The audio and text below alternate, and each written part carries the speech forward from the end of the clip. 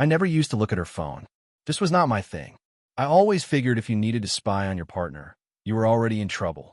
Either you trust each other, or you do not. And if you do not, what is the point of being together? But something about that night felt off.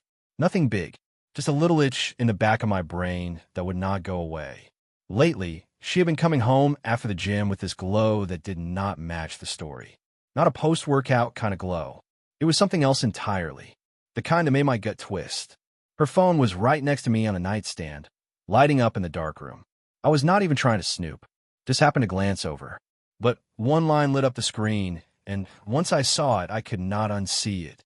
Will you come over to my place after your workout? At first, I could not process it. My eyes read the words, but my brain kept insisting it had to be something else. A joke, a mistake, maybe the wrong number. But deep down I knew. My whole body tensed up and my heart started pounding in my ears. I picked up the phone, gripping it so tight my knuckles turned white. The name on the message? Just a first name. A man's name I had never heard before. Not a relative.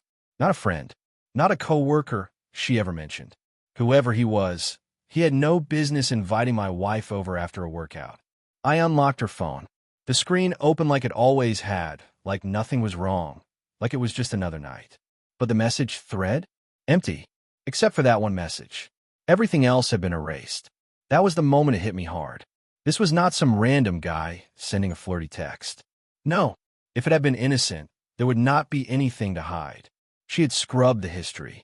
The bathroom door was closed, the sound of running water and the faint clink of bottles echoing out. She was in the shower, going about her routine like nothing was wrong. Meanwhile, I sat there with the evidence in my hand. I remembered she had hired a nutritionist months back. Some guy she found through her gym when she decided she wanted to clean up her diet.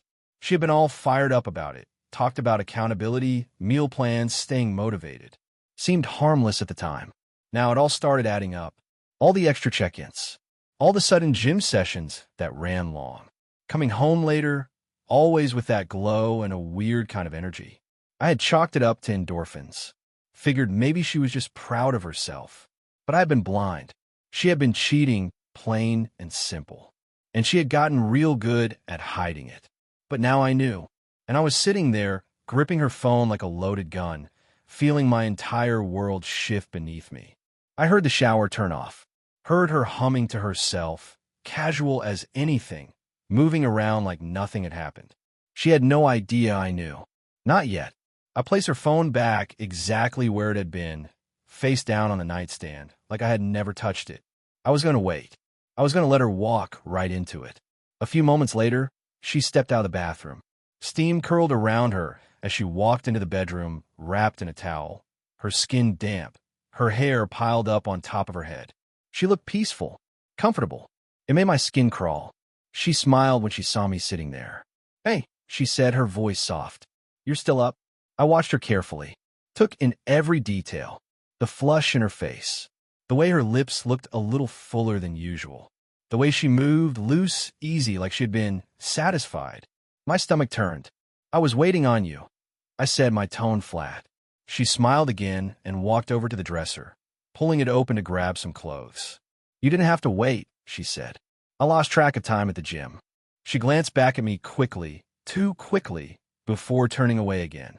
It was smooth, but not smooth enough. I was in the zone, she added with a soft laugh. That word hit different now. The zone. That was her new excuse. I sat perfectly still, my hands clenched at my sides. "Not yet. Do not blow it yet. Let her keep talking." She changed into a tank top and sleeve shorts, tossing the towel into the hamper like everything was fine. Then she walked to the nightstand and reached for her phone. I watched. She tapped the screen, opened her messages. Not a single flicker of concern on her face. She had already deleted it, already cleaned up her mess, like it was second nature. I felt a cold kind of anger building inside me. Something deep, steady, unshakable. She was about to climb into bed next to me, act like nothing had happened, like she had not just gotten done lying to my face and sneaking behind my back. And I was going to let her, at least for now, because I needed to see just how far she was willing to take the lie. I let her slip under the covers like I hadn't seen a damn thing.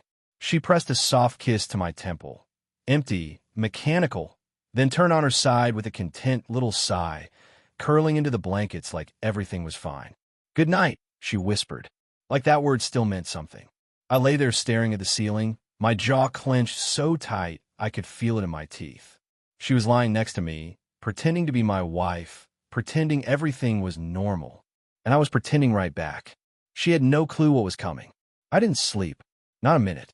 I lay there motionless, staring into the dark, letting my mind run wild. Every moment over the past few months started playing back in my head, each one cutting deeper than the last. Her sudden obsession with the gym, the new meals, the protein shakes, the tracking apps, the consultations with her trainer, the glowing skin, the weird energy, the late nights. It had all seemed harmless at first. I was proud of her, thought she was just taking better care of herself. Now, I knew better. And the text? That one message she forgot to delete? That was the crack in the dam. The proof I needed. She was not just working out. She was cheating. She had made a habit of deleting everything, wiping the evidence clean like it was second nature. She probably had a whole routine. Hit the gym, go see him, clean herself up, delete the trail, and come home like nothing happened. I turned my head just slightly to look at her. She was sleeping soundly, facing away from me, her breathing slow and steady, wrapped up in the blankets like someone without a single damn worry. She had no idea I was awake. She had no idea I knew, and I wasn't about to let her get away with it. Morning comes. When the light started slipping through the blinds, I had already made up my mind. I wasn't going to lash out. I wasn't going to blow it all up. Not yet. I needed to see how far she was willing to go. She stirred beside me, then turned to look at me with sleepy eyes. "Morning," she murmured. I didn't answer, just sat up and threw the covers off. I felt her eyes watching me, trying to read my mood. She was probably wondering why I hadn't kissed her, why I hadn't whispered something sweet, why I was not pretending along with her. Good. Let her wonder. "You okay?" she asked. I rubbed my face and stood up. "Didn't sleep much," I said flatly. She was still watching me as I walked out of the room. But I never looked back. The lie continues when I came downstairs.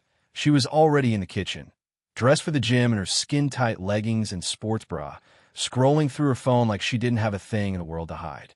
She looked up and smiled. I made coffee. I poured a cup without saying a word. She hesitated for just a beat, a pause in her rhythm. I caught it. She could feel the shift. Something was off, but she didn't know what. That was exactly how I wanted it. I leaned against the counter, sipping my coffee, watching her out of the corner of my eye. Her fingers danced across the screen, probably messaging him, setting up their next little meet-up like she had done a dozen times before. I wanted to rip that phone out of her hands and break it in two, but I didn't. Instead, I asked, "You going to the gym today?" She blinked, startled for just a second before she slid the phone into her pocket. "Yeah," she said smoothly, keeping up the routine. "Routine, right? What time?" I asked like I was just making conversation. She paused again, barely, but it was there. "Probably around noon," she said, lifting her mug.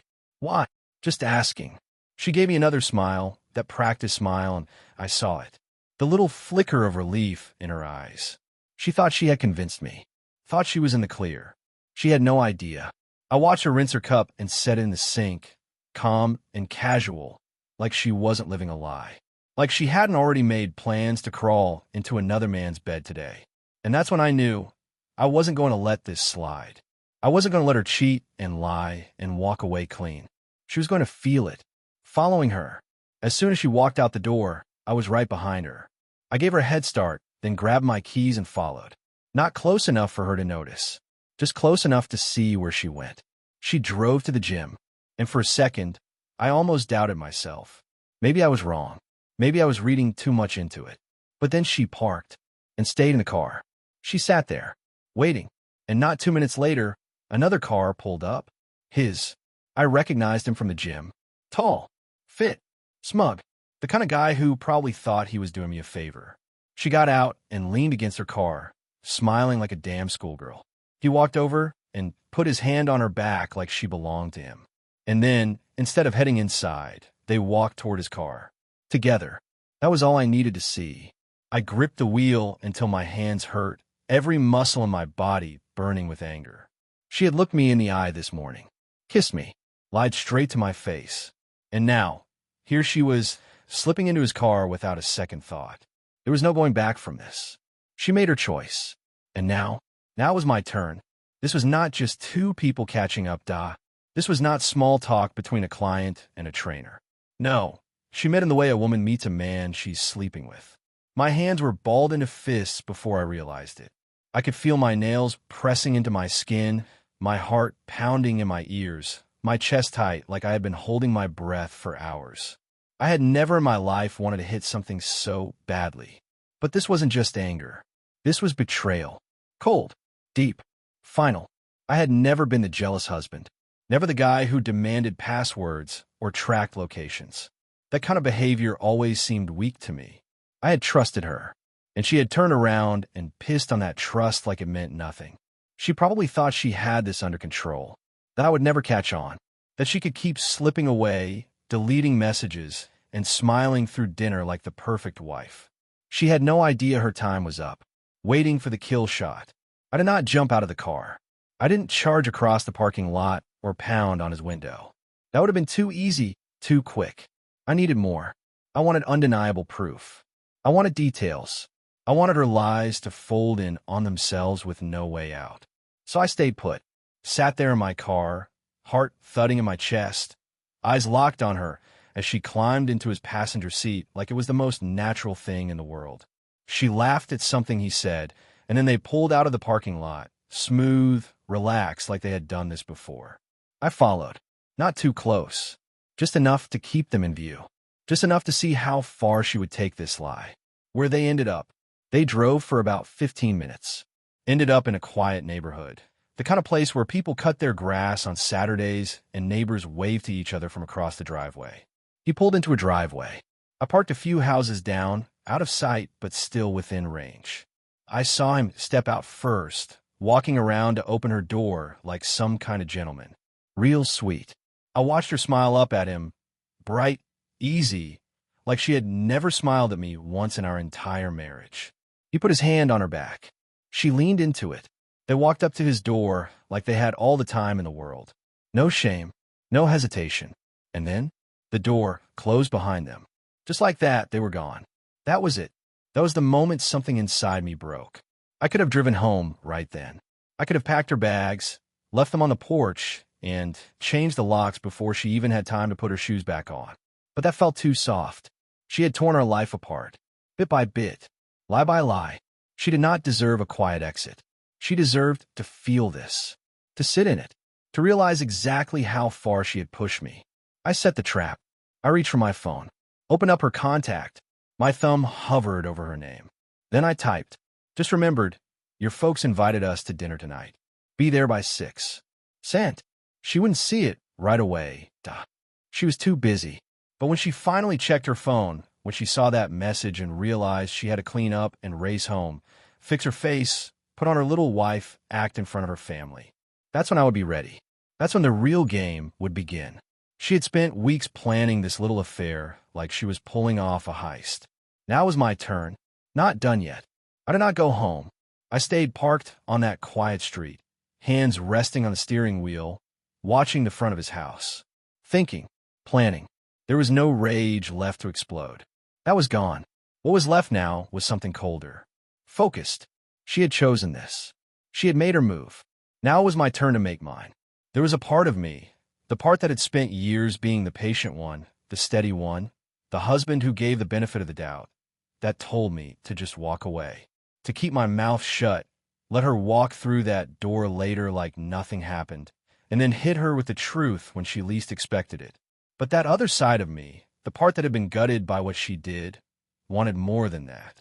I was not about to let her cheat and walk off like she still got to play the role of the perfect wife. No, I was going to make her feel every inch of the damage she caused.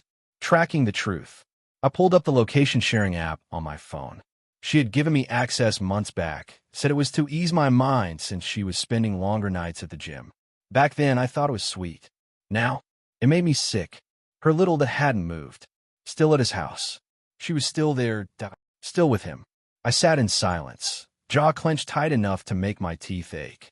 That woman, my wife, was lying in another man's bed like our marriage was something she could take off and fold away in a drawer. She had no clue she had just crossed a line she could never walk back over. The setup. I drove home with my chest tight and my hands steady, too steady. I knew what I was going to do. No screaming. No throwing things. No late-night blow-up. I was going to let her walk in the house, look me in the eye, and lie. I was going to let her hang herself with her own words. The house was dark when I walked in. Quiet. Like it had given up too. I checked the clock. 5:37 p.m. She was supposed to be home at 6 for dinner with her folks. Still time. I checked her location again. She was still there. Still with him. I walked into the laundry room and unzipped her gym bag, the one she never went anywhere without. Inside, tucked in a side pocket, I found it. A small perfume bottle, one I had never seen before. I opened it and gave it a sniff. It was not the scent I knew, not the one she wore when she wanted to impress me. This one was for him. I zipped the bag back up and left it exactly where it was. Then I went upstairs. Her ring was still sitting on her nightstand. She had taken it off again. She did not even bother to pretend anymore. That was the moment I made the final decision. I picked up my phone and sent her another text. Hey, running late. See you at your parents' around 6:30. I watched the screen. No reply. She was still busy, still pretending I did not exist. She comes home. At 6:12, her duff finally moved. She was on the way back. I sat down on the couch, phone in hand, eyes fixed on the front door. At 6:18, she walked in like nothing had happened. Dropped her gym bag on the counter, hair a little out of place, face a little too flushed. Hey, babe, she said like everything was normal. Hey, I said, keeping my voice flat. You're late. She looked at the clock, pretending to care.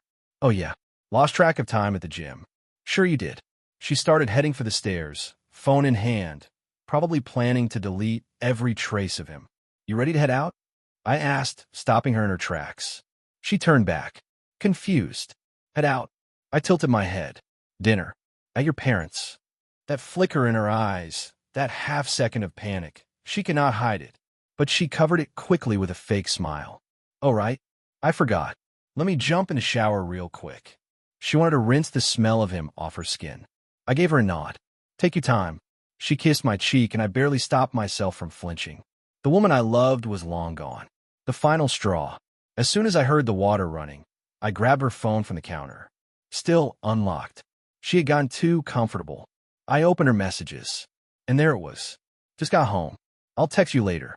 Sent 8 minutes ago. To him. The man she had just left. The man who still had her wrapped around his finger. I took a screenshot and sent it to myself. Then I went one step further. Opened her contacts. Found his name. Changed it to one word. Liar. Then I locked the phone and placed it right back where it had been. By the time she came down, dressed in clean clothes, smelling like vanilla, and pretending like she was still someone I could love, I was already at the front door. Keys in hand. Ready? Ready? I asked, watching her closely. She smiled like nothing was wrong. Yep. She really thought she had pulled it off. She thought she was the smart one. But she had no idea that by the end of the night, everything was going to come crashing down. On the way, the drive to her parents' house was quiet. Not peaceful, not comfortable. It was a loaded silence. The kind where every second feels like a countdown to something big. She was scrolling through her phone like always, probably texting him again, checking if he had responded, trying to keep her story straight. I did not say a word, just kept driving, letting her dig the hole a little deeper. She had no idea, but by the end of the night, she would. She had no clue her whole world was about to fall apart. I glanced over at her as she scrolled through her phone, her thumbs moving fast, smooth, like she had done it 1,000 times before. And maybe she had. Maybe this wasn't the first time. Maybe it wasn't even just him. That thought alone made my grip tighten on the wheel. I drew in a long breath and let out slow. This wasn't about lashing out. This was about watching her unravel, about showing her what it felt like to be lied to, played like a fool, and left in the dark. She had spent months looking me in the eye while walking all over the trust one gave her. But tonight, she was going to understand exactly how that felt. I pulled into her parents' driveway and cut the engine. She did not move right away, too busy on her phone, typing away, probably texting him. Still smiling. That smile made me sick. She smiled like that this morning when she kissed me goodbye. Smiled like that when she told me she loved me. Same smile she wore when she came home reeking of lies. I watched her tuck her phone into her purse and turn to me with a tilt of her head. "You okay?" she asked. I forced a small grin. "Yeah, all good." She looked at me for a beat longer, trying to read my face. But I had learned from the best. She was the teacher, and I was the student. For once, I was the one pretending. At the dinner table, her folks greeted us like always. Warm hugs, smiles, the usual pleasantries. No idea their daughter was a cheater hiding behind a mask of sweet words and gym leggings. Her mom hugged her close. Her dad gave me a firm pat on the back and welcomed me in like family. And for a second, just a second, I felt a little guilty. But then I looked at her, watched her act, watched her play the part, and any guilt I had vanished. We sat at their dining room table, the same one we'd eaten birthday cake at, celebrated anniversaries around. Everything felt familiar, but none of it meant a damn thing anymore. Because I was not the same man I used to be. The guy who once trusted her, he was long gone. And the man who took his place, he came to end this. Her mom served dinner, asked how our day had been, made small talk the way moms do. And my wife, she lied. Smooth, polished, second nature. "Oh, she said, reaching across the table for some mashed potatoes. "Just work in the gym. Same old." I watched her like a hawk. Studied every move. She never flinched. I let her go on. Let her talk. Let her think she was in the clear. Then, right when the conversation drifted somewhere else, right when she finally relaxed, I set my phone down on the table. Screen facing up. That screenshot I took earlier, the one where she texted him, "Just got home. I'll text you later." Plain as day. Right in front of her. And I waited. Said nothing. Just sat there. I saw her spot it almost instantly. Saw her eyes flick down, then freeze. Her hand holding her fork stopped midair. Her face drained of color. That calm she wore like armor cracked, just for a second. She blinked fast, her breath catching. I watched the panic roll in. The gears turning. Trying to think of a way out. There was no way out. Not now. She reached for her wine. Took a sip, tried not to look again. But she could not help it. Her eyes kept going back to that screen. I leaned in a little closer and spoke just loud enough for her to hear. "Something wrong." She jumped slightly, trying to fake another smile. But I saw it in her eyes. She was unraveling. She opened her mouth to speak, but nothing came out. She had nothing left to say. I picked up the phone, turned it, and slid it toward her parents. Her mom leaned in. "What's that?" I looked her mom in the eye and then nodded toward the phone. "Maybe your daughter can explain." Silence dropped over the table like a hammer. Her fork hit the plate with a loud clink. She looked at me, pleading, panicked, still hoping she could find a lie big enough to cover this one. But that chance had passed. The room went still. Her parents glanced at each other, confused. She just stared at me, lips parted, completely silent. Because for the first time, she knew she was cornered. There was no smile that could save her now. No story. No excuse.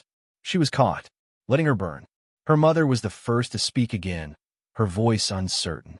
"What's going on?" My wife blinked, looked down at the phone again, then back up at me. I leaned back in my chair, arms crossed, and stared right through her. "I think it's time we stop pretending," I said, not breaking eye contact. Still, she said nothing. She just sat there like a deer in headlights. She had no backup plan for this moment. No script. No sweet words to fix it. Her father cleared his throat. "Is there something you two want to talk about?"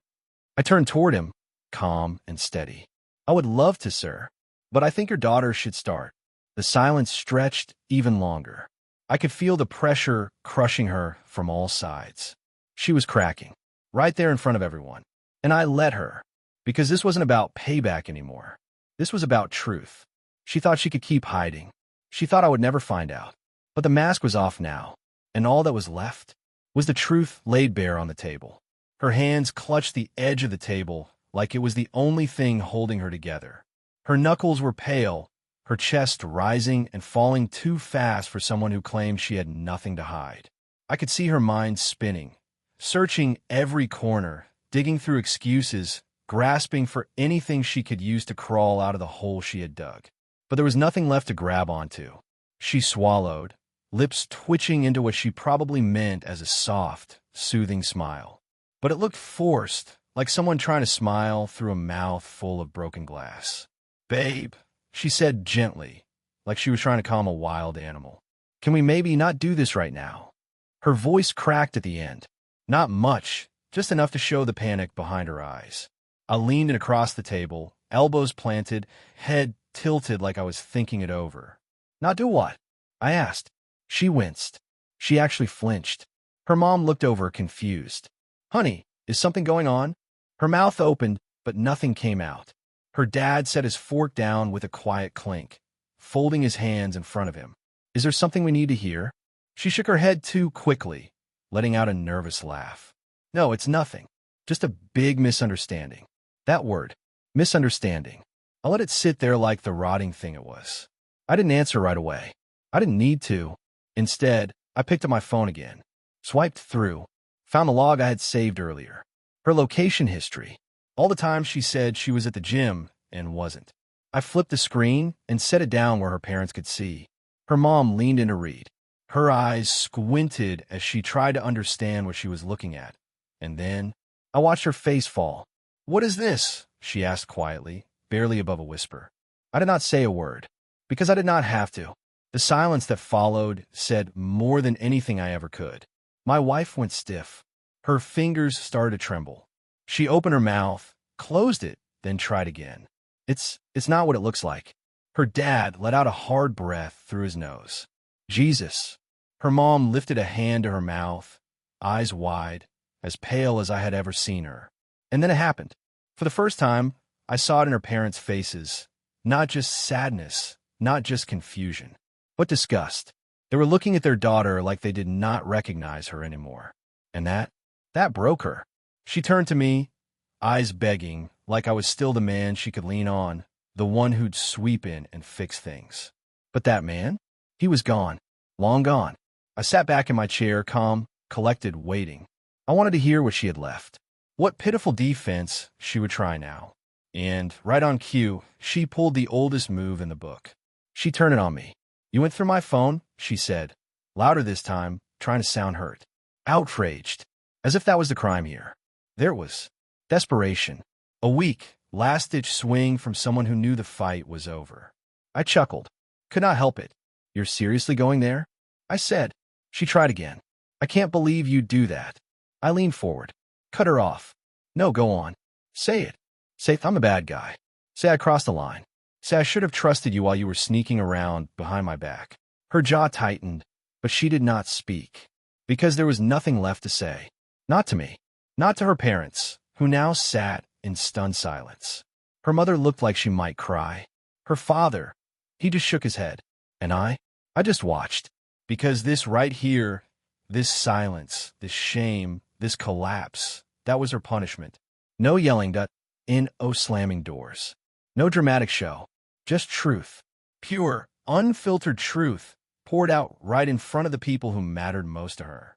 She looked around the table like a drowning person searching for a life raft. Her voice cracked. "Mom, Dad, please." Her father raised his hand. Didn't yell. Didn't argue. Just one word. "Don't." And that broke her completely. Her shoulders sagged. Her head dropped. Tears finally spilled, but not for me. They were for her. For the life she just watched slip through her fingers. For the mask that had finally been ripped away. I stood up slowly, pushing my chair back. The scrape of the legs on the hardwood sounded loud in the dead silence. "I'll send movers for my stuff," I said. Her head shot up. "Wait, what?" I slipped my phone into my pocket. "We're done." "No. Please." She reached for me. I stepped back. Fast. Final. She was not touching me again. I turned to her parents, gave a small nod. "Thank for dinner." Then I walked out. She called after me. Begged. Cried. But I kept going. Right out the door. Right out of that house. Right out of her life. And not once did I look back.